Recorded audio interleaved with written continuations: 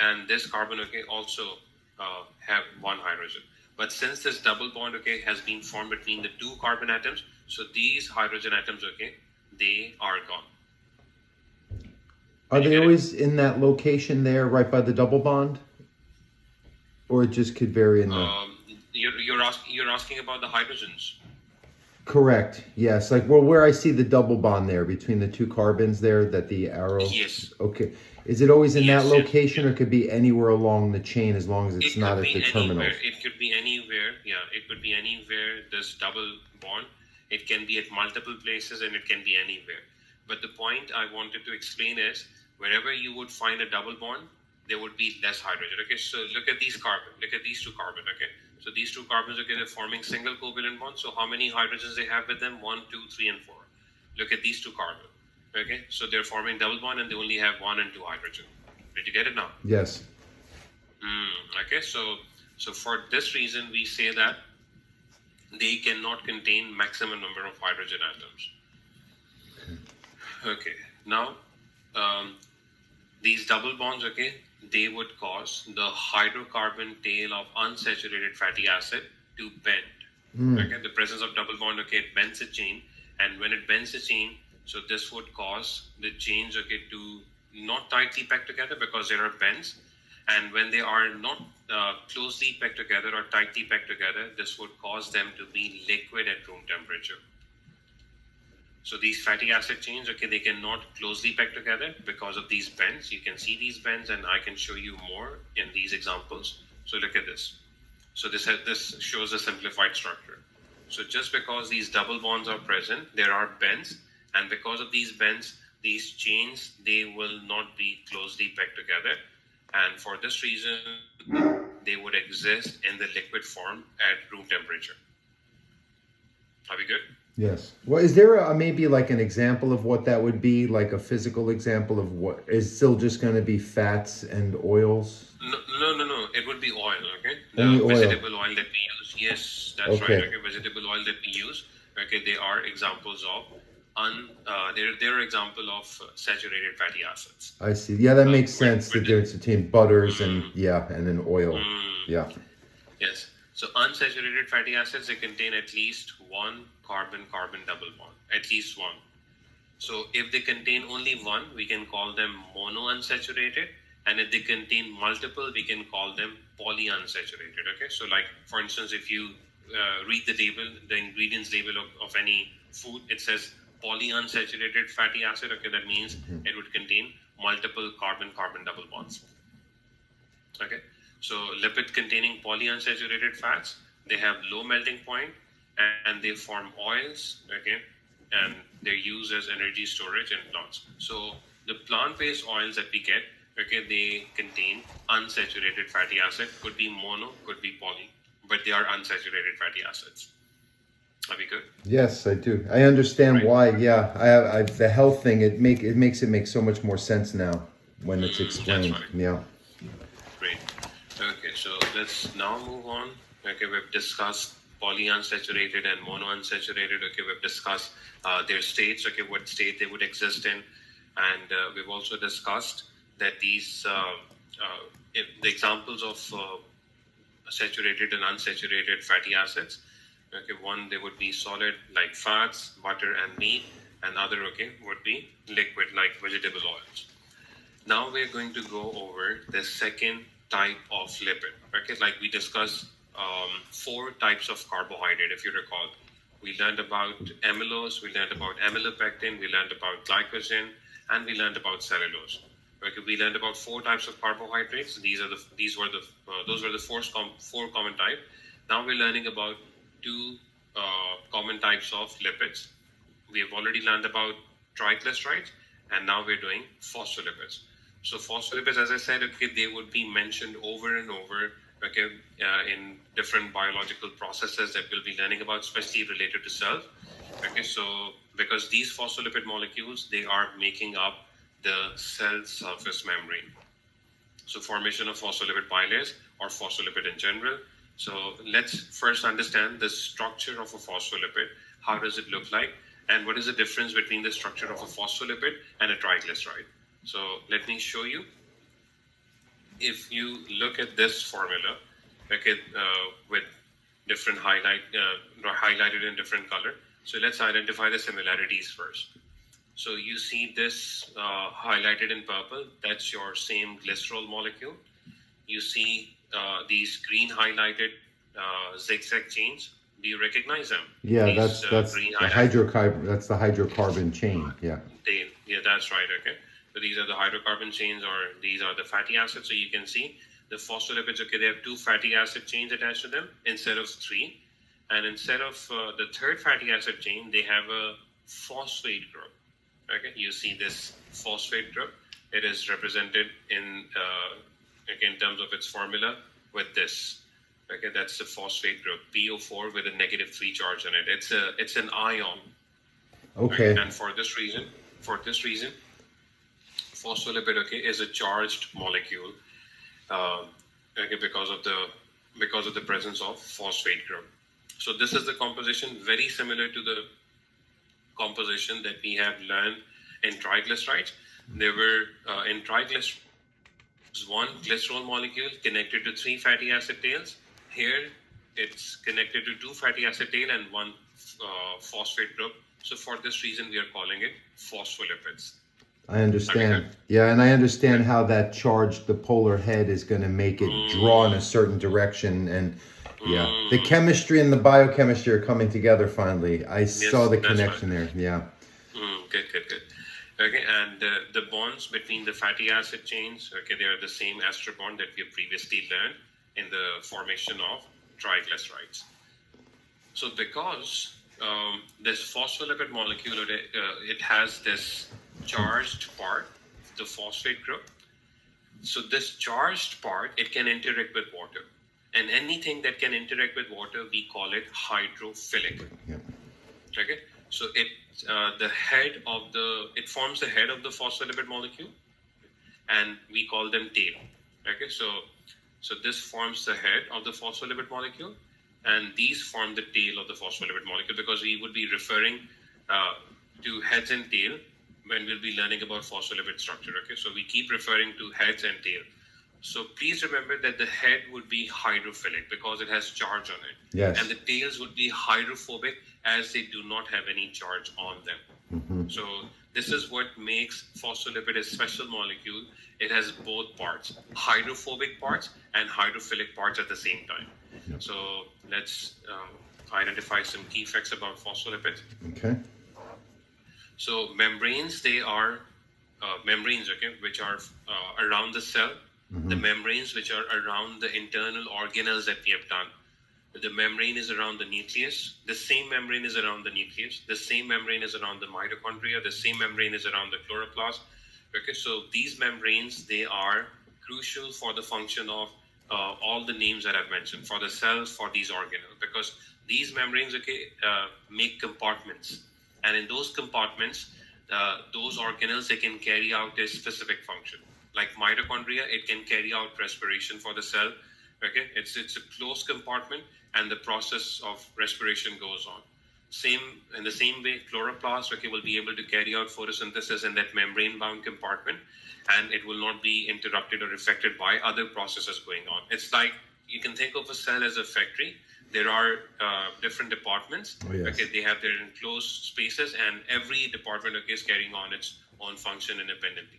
So Yeah. in the same way, these membranes, okay, they play a crucial role, so that it enables every single structure in the cell to perform its function completely independently.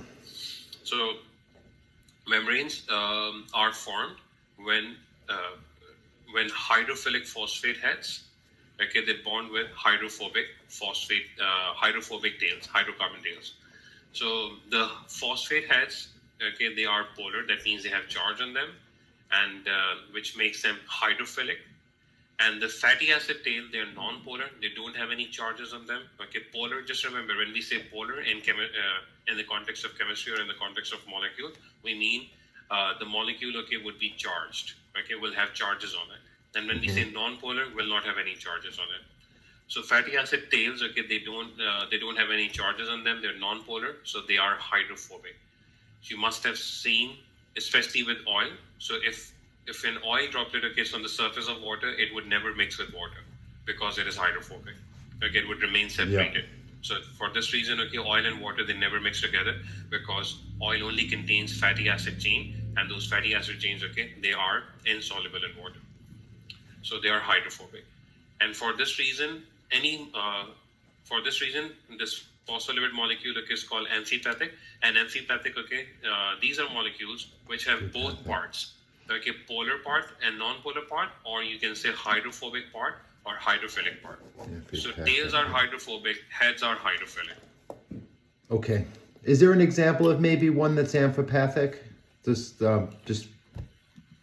Yes, okay, the cholesterol molecule, cholesterol, which form steroids, hormone, testosterone, okay, estrogen, progesterone, okay, these are all examples of amphipathic molecule, okay, because they also have, let me show you that, okay, they also have hydrophobic and hydrophilic parts. Look at this, okay, so they have this hydrophilic regions and they have this hydrophobic region. Okay, do so they this is go an on example. separate ends like that, or are they sometimes more combined, the different regions? Or they'll always be like separate, like, They are always, they're separated, yeah, they're separated, okay. Okay, Good. thank you. Now we are learning about how these phospholipid molecules, okay, they enable the formation of monolayers and bilayer. Usually the structures that we'll learn, okay, in the cell. So these structures, okay, they will be surrounded by phospholipid bilayer. So what is the difference between monolayer and bilayer? I'm shortly showing you that. Okay, so let's go over how they form monolayers and bilayer. So when these phospholipid molecules, they are mixed with water, their heads, they would interact with water, or they would be attracted to water, and the tails, okay, they would remain away from water. So this is an example of a monolayer, okay, where they're forming a layer, but this consists of single layer of phospholipid molecule. These phospholipids, they also form bilayer. Let me show you an example of bilayer. You can see here, okay, these are the two layers, but this is the best example, and this is how the cell membrane is. Okay, this is a chunk from the cell membrane. Okay, so imagine a piece taken out from the cell membrane, and this is how it looks like.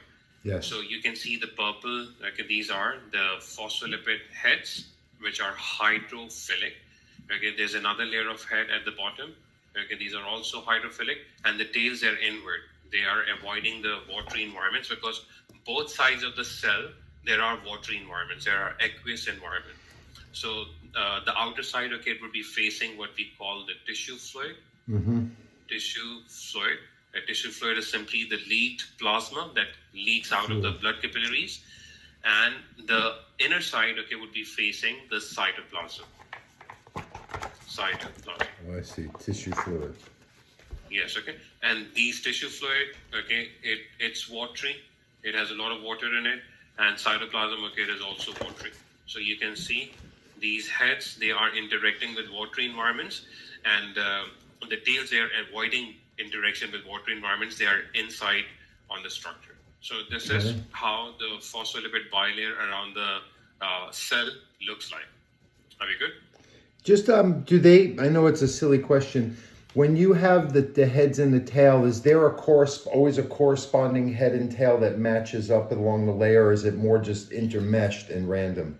Okay, that's it's always a head and the tail, okay, matching together, okay? But this is not always in a rigid position, okay? Yeah. We learn about a model, okay, called fluid mosaic model for cell membrane, and that model, okay, it says that these molecules, okay, they're always in the state of slight motion, okay? Okay. So it's a fluid thing, okay? It's not a rigid thing. Okay. So they can be intermeshed, okay? Like molecules, okay, they can change spaces. That's what it looks like. Okay. Okay, so now this amphipathic nature of phospholipid means that the phospholipid bilayers, they can act as a barrier. Okay, so and it's a good thing for cells to have a barrier to most water-soluble substances. So water-soluble substances, okay, they would not be able to get in through the phospholipid bilayer, and they will not be able to get out through the phospholipid bilayer. So this allows the cell to contain whatever it has in it, okay, and prevent the substances, okay, which lies outside the cell to get into the cell and cross this phospholipid bilayer. So it acts as a barrier. It does not let transfer of substances easily. So for this reason, we say that the cell membrane, okay, they're partially permeable. Because they allow certain molecules, okay, to pass through. Okay, the non-polar one, the smaller one, they can easily cross the phospholipid bilayer, but the polar one and the soluble ones, they cannot cross the lipid bilayer just because of this barrier, okay, of lots of hydrophobic tails. Okay, so these hydrophobic tails, okay, they won't allow hydrophilic molecules, okay, especially water-soluble molecules, to cross them. Are we good? Yes.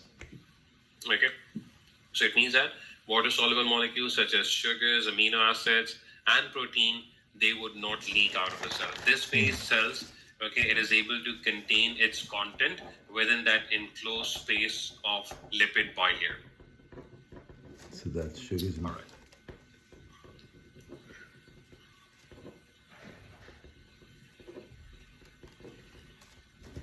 Are we good? Yes, I'm just the final notes here, that page. Sure. Okay. Let's move on. All right, so passage through the phospholipid bilayer. Let's discuss that. So what substances, okay, they can cross the phospholipid bilayer and what substances they cannot.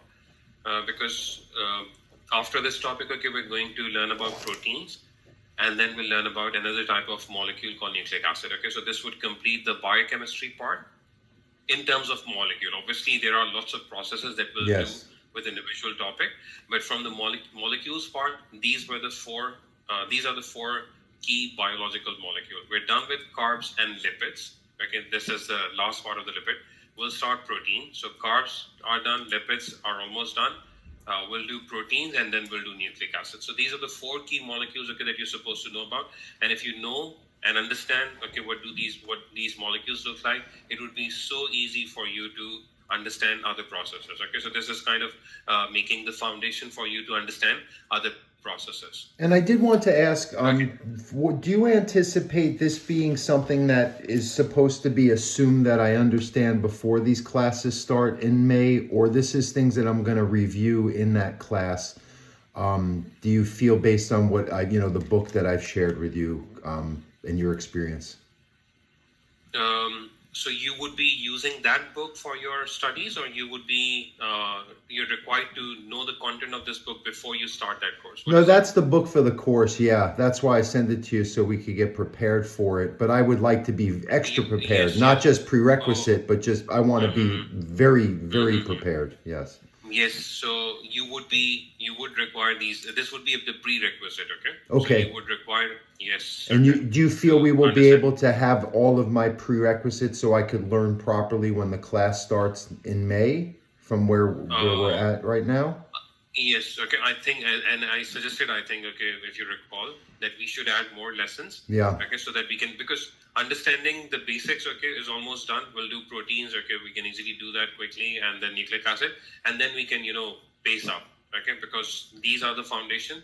And when you understand molecules, okay, we can quickly understand processes. And then we could get into what the course is going to actually teach me at that time. That's right. That would be great. Okay, I'll look into seeing if I can renew. I'm just on a bit of a budget right now, but I will look into that.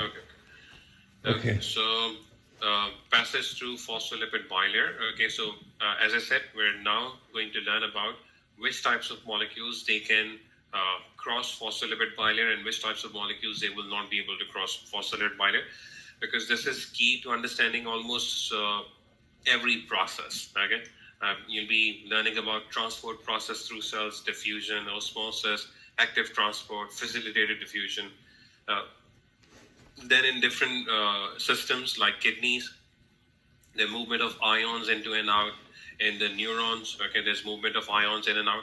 So multiple systems, okay, they require understanding of transport across the plasma membrane or phospholipid bilayer. So if you understand this, okay, that would be easy for you to understand those processes. So first thing, small and non-polar molecules. Okay. First thing, they should be small. They should be non-polar. They shouldn't have any charge on them. They can cross the lipid bilayer easily. Okay. So they can freely move into and out of the lipid bilayer on their own. They would not require any active transport. You would probably know what active transport is. Do you understand active transport? Yeah, it's going to be the terms diffusion, osmosis, or are those more Yeah. passive What's the difference? Of passive is higher to lower, correct? Or That's right, and which does not require energy. Okay, passive. It Yeah. says it has it in the name passive. It does not require any energy, Yeah. but active one would require energy. And active would be osmosis is active. No, osmosis is also No, it's passive because it passive. also happens down the great water potential. Okay, so from high water potential to low water potential, active transport. Okay, that's the other way around, from low to high. That would require energy. Okay. But these molecules, oxygen, carbon dioxide, these are small non-polar molecules. They can easily cross the lipid bilayer, and it is good for the cells because cells, they require oxygen at all time. Oxygen, it needs to diffuse into the cell, okay, so that the cells can use oxygen for respiration. And carbon dioxide, which is a waste of respiration or a byproduct of respiration, it needs to move out of the cell. So these substances, okay, they cannot just wait for other processes, okay, to facilitate them. They should be independent and they should be moving into and out quickly. So they do that because they are a small non-polar molecule. So oxygen and carbon dioxide, they are small non-polar molecule, so they can easily cross the lipid bilayer. And when we say they are soluble in the lipid bilayer, that means they can cross it. Okay, so anything that is insoluble would be blocked, and anything that is soluble would cross it. Make sense? Yeah. Good. Okay, so these molecules, they can cross the lipid bilayer, and they do not need any proteins for transport. Now, let me just give you a bit of background. Proteins for transport. In addition to these phospholipid molecules that I identified as a part of the cell membrane, not only these are present in the cell membrane, but a lot of protein molecules are also present in the cell membrane. Okay, we'll learn about them when we'll do proteins. So those proteins molecule, they allow for certain molecules to move into and out of the cell. Okay, for instance, glucose molecule. Okay, it's too big, it's polar, it cannot cross phospholipid on its own. It would require a special protein to facilitate its diffusion into the cell. Make sense? Yeah, what is that called though? That's what I was trying to remember. I remember it, but I can't recall the name of those processes when you're doing that. What is that? Facilitated diffusion. Diffusion. That's facilitated. Yes. Okay. But that's facilitated by these membrane proteins, so we call it facilitated diffusion. Thank you. Okay. Yeah, I had it like I didn't, in my mind, I just couldn't recall it. Okay, good. All right. And so these molecules, oxygen and carbon dioxide, they would not require special membrane proteins to transport them. Okay, they can move on their own.